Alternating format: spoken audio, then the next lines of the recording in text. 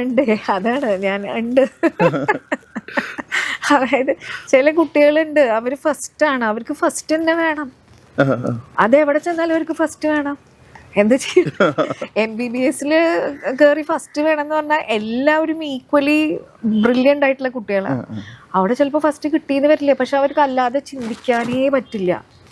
അപ്പൊ അങ്ങനത്തെ സിറ്റുവേഷൻസിൽ നമ്മൾ ശരിക്കും വിചാരിക്കാറുണ്ട്, ഒന്ന് ഒരു പ്രാവശ്യമെങ്കിലും അത് കിട്ടാതിരുന്നാല് ആ കുട്ടി അത് എങ്ങനെ റെസ്പോണ്ട് ചെയ്യുമെന്ന് അറിയില്ല. അതാണ് ആദ്യത്തെ കാര്യം.